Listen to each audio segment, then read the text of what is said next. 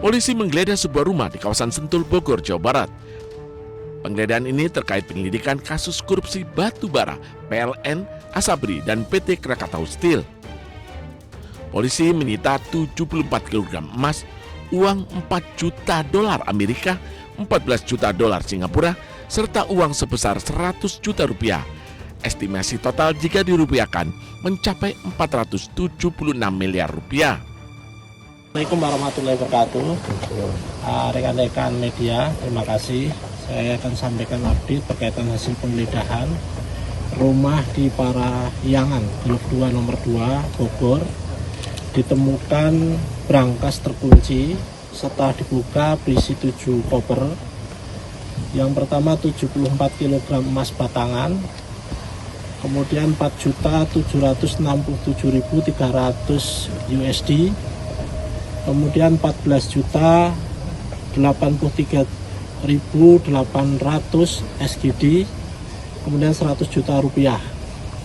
Estimasi total dalam rupiah senilai 476 miliar. Kemudian kita juga telah melakukan penyitaan beberapa dokumen-dokumen termasuk handphone, kemudian beberapa foto keluarga yang diduga pemilik rumah dan pemilik barang dalam brankas. Selanjutnya barang bukti akan kita lakukan penyitaan. Saya kira itu. Terima kasih. Nah, ini sebenarnya rumah siapa, Pak? Itu masih dalam proses pendalaman oleh penyidik. Tapi apakah sudah ada yang ditangkap? Sampai saat ini masih pada proses untuk penggeledahan, kemudian beberapa pembuktian. Itu belum ada yang ditangkap, Pak? Belum, masih nunggu. Terkait penggeledahan ini terkait kasusnya, Tadi sudah dijelaskan, nanti secara detail akan kita sampaikan setelah seluruhnya proses penyidikan dilakukan. Ini selanjutnya ini penggeledahan yang gimana lagi, Pak? Tentu teknis ya. Saya kira itu. Terima kasih. Hasil temuan ini berasal dari brankas yang berada di balik dinding. Sebelumnya, penyidik Kortas Tipikor Mabes Polri juga menggeledah sebuah restoran The Clean dan Money Changer di Cipete, Jakarta Selatan. Penggeledahan ini terkait kasus korupsi batu bara, PLN, Asabri, dan Krakatau Steel. Dari dalam restoran The Clean, penyidik menyita uang pecahan dolar Amerika Serikat dan Singapura senilai 60 miliar rupiah. Sementara dari tempat penukaran uang atau money changer, penyidik Kortas Tipikor Mabes Polri menyita uang senilai 7,2 miliar rupiah.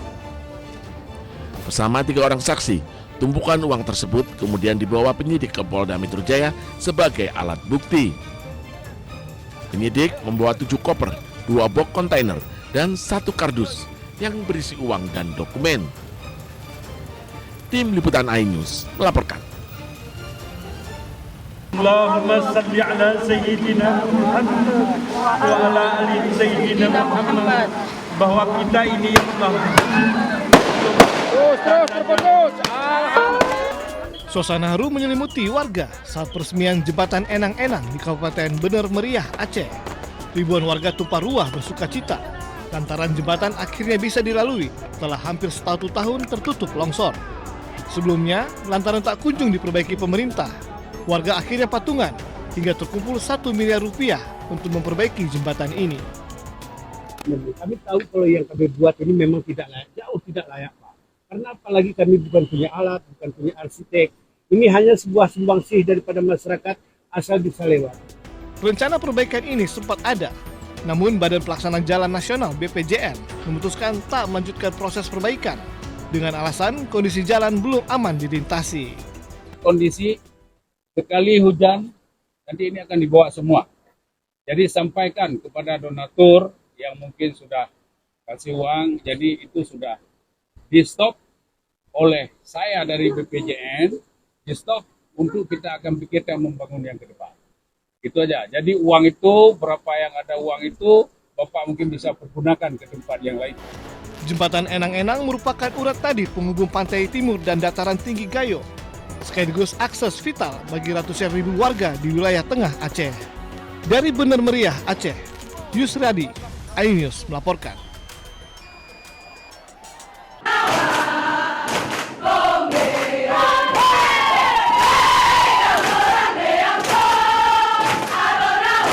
Program pelatihan bagi Sarjana Penggerak Pembangunan Indonesia atau SPPI yang akan menjadi manajer di Koperasi Desa Merah Putih dan Kampung Nelayan Merah Putih akan disempurnakan. Pemerintah telah mengevaluasi secara menyeluruh dan memutuskan untuk mengubah konsep pelatihan dari yang sebelumnya berbasis latihan dasar kemiliteran menjadi pelatihan bela negara dan manajerial. Kami ingin menegaskan bahwa pemerintah menempatkan keselamatan, kesehatan, dan kesejahteraan para peserta sebagai prioritas utama. Kami mendengar, melihat, dan merasakan betul apa yang menjadi kekhawatiran masyarakat serta keluarga peserta.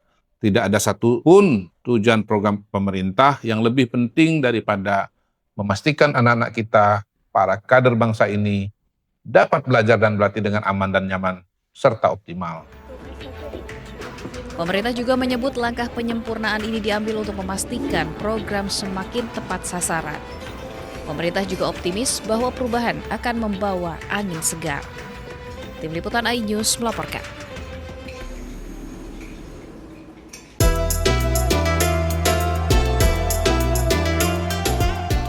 Pemerintah melalui Kementerian Haji dan Umroh mengusulkan biaya penyelenggaraan ibadah haji tahun 2027 naik sekitar Rp20 juta menjadi Rp107.300.000 per jemaah.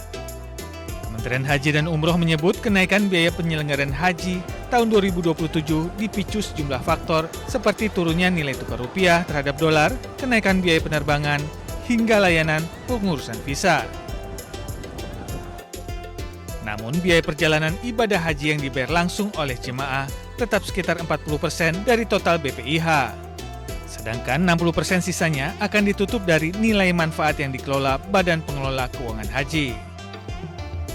Hal ini disampaikan Menteri Haji dan Umroh Muhammad Irfan Yusuf saat rapat kerja dengan Komisi 8 di Gedung DPR RI, Senayan, Jakarta. Kita sudah mengajukan BPIH yang dengan berat memang terpaksa harus naik karena faktor dolar, faktor aftur, dan pemerintah Saudi sudah meningkatkan layanannya. Artinya apa? Otomatis akan menambah harganya juga. Penetapan angka ini berdasarkan item-item itu rasional sekali. Maka Komisi 8 akan mencoba nanti merubah dasar penghitungan, tetapi tetap pelayanannya bisa ditingkatkan. Dari Jakarta, Bagus Prasetyadi Laksana, iNews melaporkan.